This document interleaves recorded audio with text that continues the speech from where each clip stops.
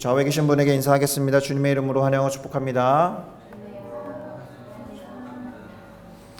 자, 오늘 우리가 함께 기도하기 위해서 살펴볼 성경 본문은 시편 5편이 되겠는데요. 그 중에서도 7절 말씀을 같이 좀 읽어보도록 하겠습니다. 시편 5편 7절을 다 같이 읽어보도록 하겠습니다. 오직 나는 주의 풍성한 사랑을 힘입어 주의 집에 들어가 주를 경외함으로 성전을 향하여 예배하리이다. 아멘. 자, 저는 방금 읽은 이 시편 5편 7절을 가지고 그러나 나는 이라는 제목으로 이 시편 5편을 함께 살펴보고 오늘 수요 중보 기도회에서 어떻게 기도할 것인지를 함께 정해보고 함께 기도해 보고자 합니다. 그러니 제목을 한번 따라해 주시기를 부탁드리겠습니다. 그러나 나는. 자, 혹시 이런 생각을 해본 일이 있는지 모르겠습니다. 아침에 오는 것이 두렵다. 아침이 오는 것이 두렵다. 직장인 여러분, 주일 밤에 월요일 아침이 오는 것이 두려울 것입니다. 그렇죠? 나는 내일 아침에 일어나서 회사에 갈 생각만 하면 너무 흥분돼가지고 행복해서 잠이 안 와요. 이런 분은 없을 거라고 생각해요. 근데 저는 아침에 오는 것이 정말로 두렵고 무서웠던 적이 있습니다. 군대에 있을 때예요. 군대에 있을 때. 주영 형제나 용호 형제는 어떻게 생각할지 모르겠지만 이게 군대에 딱 갔을 때 적응이 되기 전에 하루 일과를 정말 그 군대식 표현으로 빡세게 구른 다음에 그 잠자리에 들고자 그 침낭 속에 싹 들어가면 기분이 엄청 좋기는 해요. 그런데 8시간 정도 지나면 일어나야 한다는 게 너무 이 잠자리에 들면서 좋기도 한데 엄청 두려운 거예요. 그만큼 군대라는 일상이 적응하기 전이었기 때문에 쉽지 않고 힘들었다는 뜻이 될 것입니다. 또 나 저렇게 갈구는 저 고참을 내일 일어나서 또 봐야 된다. 이런 생각을 하면 아침에 오는 게 그렇게나 싫었던 기억이 있습니다. 근데 군대 생활 적응하기 전까지 그래요. 군대 생활이 어느 정도 적응이 되면 아침에 오는 것이 좋죠. 왜냐하면 그만큼 제대 날짜가 가까워오는 거니까. 자, 그런데 오늘 본문 시편 5편에는 이 시편을 기록한 분이 다음날 아침에 대해서 기록한 구절이 하나 있습니다. 시편 5편 3절을 한번 보도록 하겠습니다. 제가 읽겠습니다. 여호와여, 아침에 주께서 나의 소리를 들으시리니 아침에 내가 주께 기도하고 바라리이다. 자, 아침에 주님이 내 소리를 들으실 것을 잘 알고 있기 때문에 일어나자마자 기도하고 주님을 바라보겠습니다. 이렇게 기도하고 고백하는 사람이라면 아침이 두렵지 않을 것입니다. 그 아침을 맞이하는 게 조금 더 오버해서 말하면 엄청 기쁠 것 같아요. 동의 안 하시네요. 자, 영어 성경을 잘 보면 심지어 기대감을 가지고 기다리겠다고 했어요. 기도한 것에 대해서 응답하실 것을 기대하고 기다리겠다고 했으니까 이 사람에게 아침은 응답을 받을 수 있는 기회가 되기 때문에 기다리는 순간이 되는 거예요. 자, 이런 거라면 정말로 아침을 기다리겠죠? 아침에 오는 것이 행복하고 좋을 것입니다. 그런데 이 구절을 다르게 볼 수도 있어요. 다르게. 완전히 다른 고백으로 읽힐 수도 있다는 거예요. 아침에 내가 결단하고 기도하겠다는 것처럼 들리기도 하지만 일어나자마자 주님을 찾아야 할 만큼 힘든 상황이 있다는 뜻이 될 수도 있습니다. 그러니까 혹시 이 고백은 일어나자마자 주님을 찾아야 할 만큼 잠을 설친 사람의 고백일 수도 있다는 거예요. 이는 마치 성경에 보면 아브라함이 아들 이삭을 바치기 위해 이른 아침에 일어나서 집을 나섰다라고 하는 고백이랑 약간 비슷합니다. 그 부분을 잠깐 읽어보도록 하겠습니다. 아브라함이 아침에 일찍이 일어나 나귀의 안장을 지우고 두 종과 그의 아들 이삭을 데리고 번제에 쓸 나무를 쪼개어 가지고 떠나 하나님이 자기에게 일러주신 곳으로 가더니라고 되어 있어요.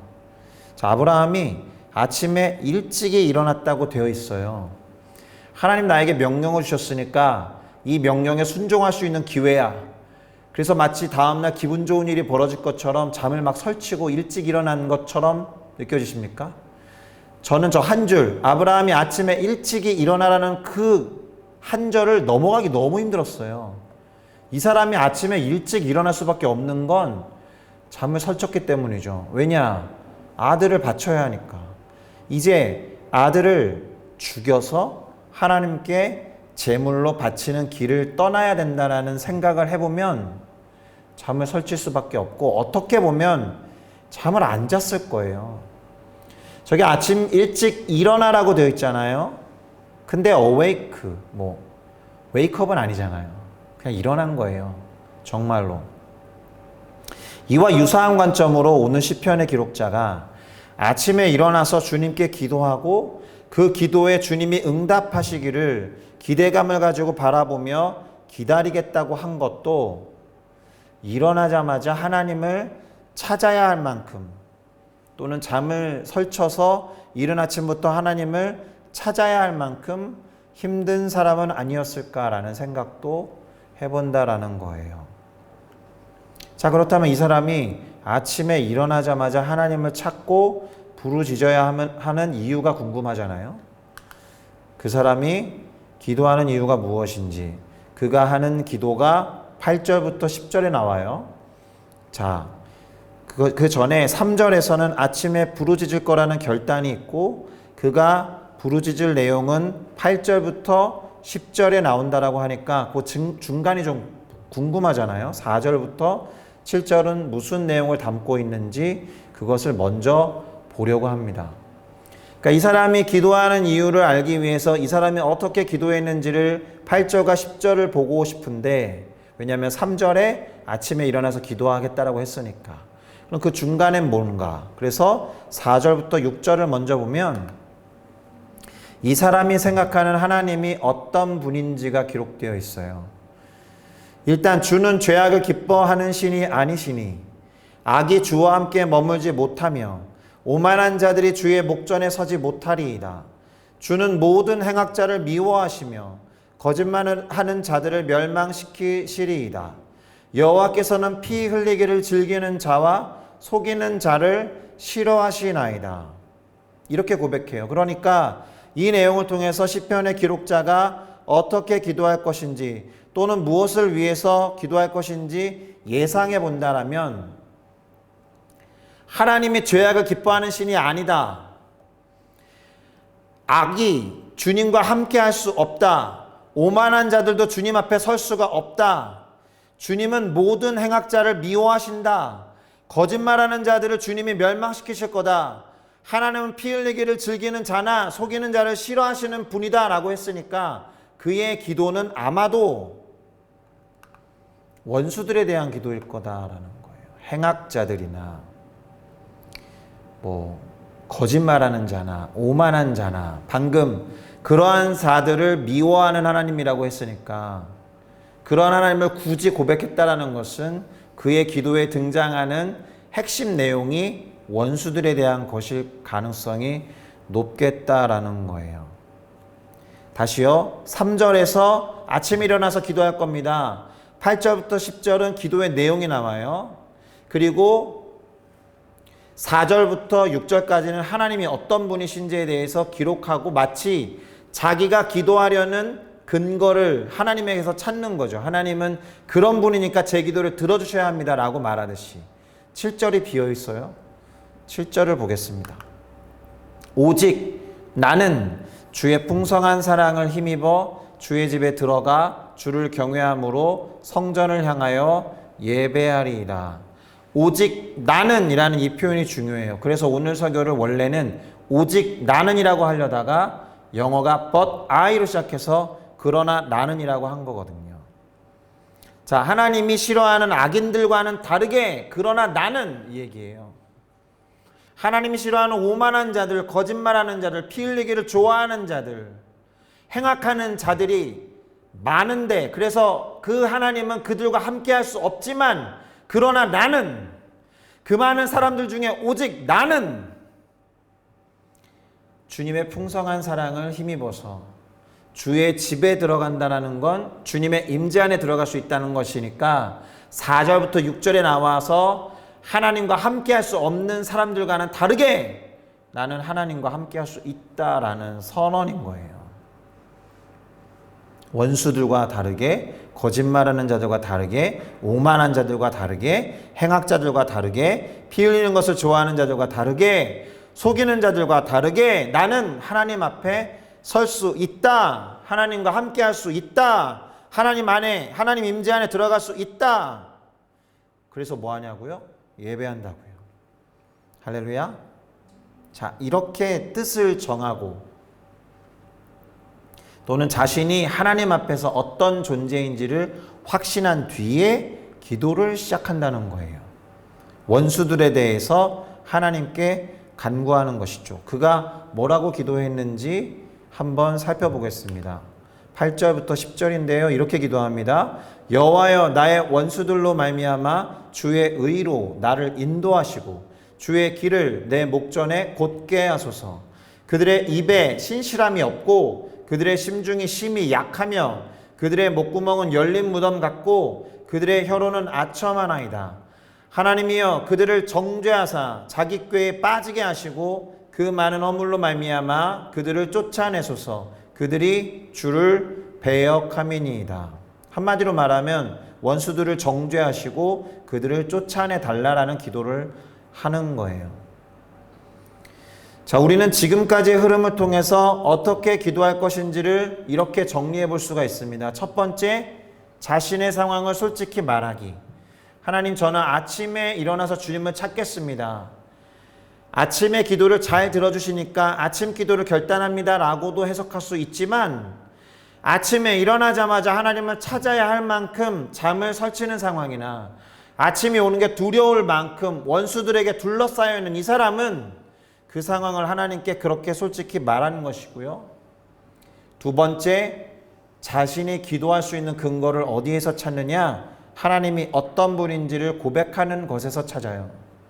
그래서 하나님이 어떤 분인지를 고백한 뒤에 어떤 분에 해당하는 그 하나님의 속성의 근거에서 하나님 그런 분이니까 이렇게 기도하오니 들어주세요라고 기도하고 있다는 거예요. 그러니까 우리는 우선적으로 나의 상황을 솔직히 말해야 해요. 하나님께. 힘들면 힘들다. 아프면 아프다. 그리고 하나님이 어떤 분인지 고백하는 거죠.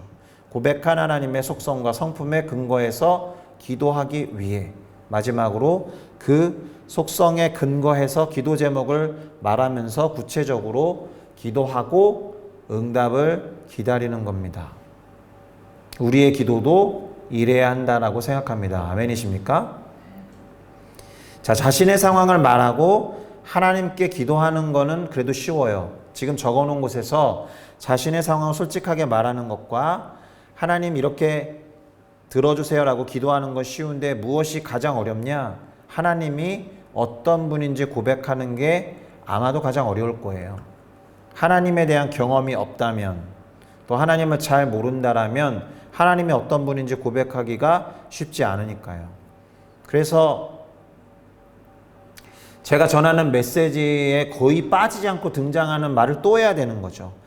끊임없이 계속해서 누차 말하는 것, 하나님과의 관계가 관건이다라는 거예요. 하나님과의 관계가 바르게 선 사람, 그 사람들이 하나님이 어떤 분인지를 고백할 수 있어요. 그냥 다른 사람이 경험해서 들려준 이야기 말고 내가 경험한 하나님, 그 하나님을 제가 알고 있기 때문에, 그리고 경험했기 때문에 그 하나님께 탄원하면서 기도할 수 있는 거죠. 그렇게 하나님과의 바른 관계를 세운 사람을, 또 그 사람들이 어떻게 될 것인지에 대해서 오늘 본문은 이렇게 말합니다. 우선 그런 사람들을 이 시편 5편의 기자가 뭐라고 표현해 놨느냐? 주께 피하는 자들, 주의 이름을 사랑하는 자들, 그리고 의인들이라고 표현했어요. 이런 말을 사용해서 그 사람들을 부른 다음에 이런 사람들이 어떻게 될 거라고 고백해 놨습니다. 오늘 본문의 마지막 두 구절, 시편 5편 11절과 12절을 읽어보겠습니다. 그러나 주께 피하는 모든 사람은 다 기뻐하며 주의 보호로 말미암아 영원히 기뻐 외치고 주의 이름을 사랑하는 자들은 주를 즐거워하리이다. 여호와여, 주는 의인에게 복을 주시고 방패로 함같이 은혜로 그를 호위하시리이다. 아멘. 자, 우리 모두가 주님께 피하는 자들이 되기를 원합니다.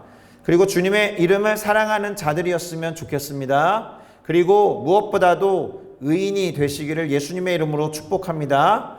그래서 기뻐하며 주님을 즐거워할 수 있고 주님이 복을 주실 뿐만 아니라 주님의 은혜로 보호를 받는 그런 삶을 누리게 되기를 바라고 축복합니다. 자, 그럼 이와 같은 구절을 통해서 우리가 어떻게 기도해야 되는지를 정리해 보면, 첫 번째, 하나님 앞에 정직하셔야 해요. 하나님 앞에 내 상황과 사정을 솔직하게 말할 수 있어야 돼요. 전제가 뭔 줄 아세요? 하나님이 함께 하시는 환경만큼 안전한 환경이 없다. 내가 하나님에게 말해도 이거는 정말 괜찮은 거다. 하나님이 누군가에게 누설할까? 괜히 하나님한테 말해가지고 이렇게 불안해할 필요는 없다라는 것을 기억하실 필요가 있겠습니다. 두 번째, 하나님과의 친밀한 관계를 형성해야 하는데 그 형성을 통해서 그분의 속성과 성품을 바르게 아셔야 한다. 그것을 놓고 기도해야 한다는 거예요. 하나님, 제가 오늘도 잘은 모르겠지만 하나님을 특별하게, 독특하게, 고유하게 경험하는 삶을 살게 해주십시오라고 기도하셔야 하는 거예요. 세 번째, 그 하나님의 속성과 성품에 근거해서 기도하는 거예요. 하나님이 이 기도를 들어 응답하여 주실까라고 의구심을 품는 것은 하나님이 어떤 분인지 몰라서 그럴 수 있다는 거죠. 하나님을 아셔야 돼요. 네 번째, 하나님의 임재 안에서 거할 수 있는, 하나님 앞에 하나님과 함께 동행할 수 있는 그러한 삶이 되도록. 왜냐하면 그 8절과 10절에 나와 있었던 악인들, 오만한 사람들, 거짓말하는 사람들, 속이는 사람들, 피 흘리기를 좋아하는 사람들이 하나님과 함께 할 수 없다라고 했으니까 우리는 하나님과 동행할 수 있는 복을 누리게 해달라고. 마지막으로 주님께 피하는 사람, 그 이름을 사랑하는 자, 무엇보다 의인이 되어서 주님을 기뻐하고, 주님을 기뻐하는 거니까 내 안에 기쁨이 있는 거죠. 주님이 주시는 복을 누릴 뿐만 아니라 그 은혜로 보호받을 수 있도록 기도했으면 좋겠습니다. 시편 5편을 통해서 이렇게 5가지 기도의 제목을 뽑아봤으니까, 나는 안전합니다 라는 노래 있잖아요. 내 영혼은 안전합니다 라는 노래를 부르시고 같이 이 5가지를 놓고 기도한 뒤에 또 생각나는 기도 제목들을 개인적으로 하는 시간을 드리도록 하겠습니다.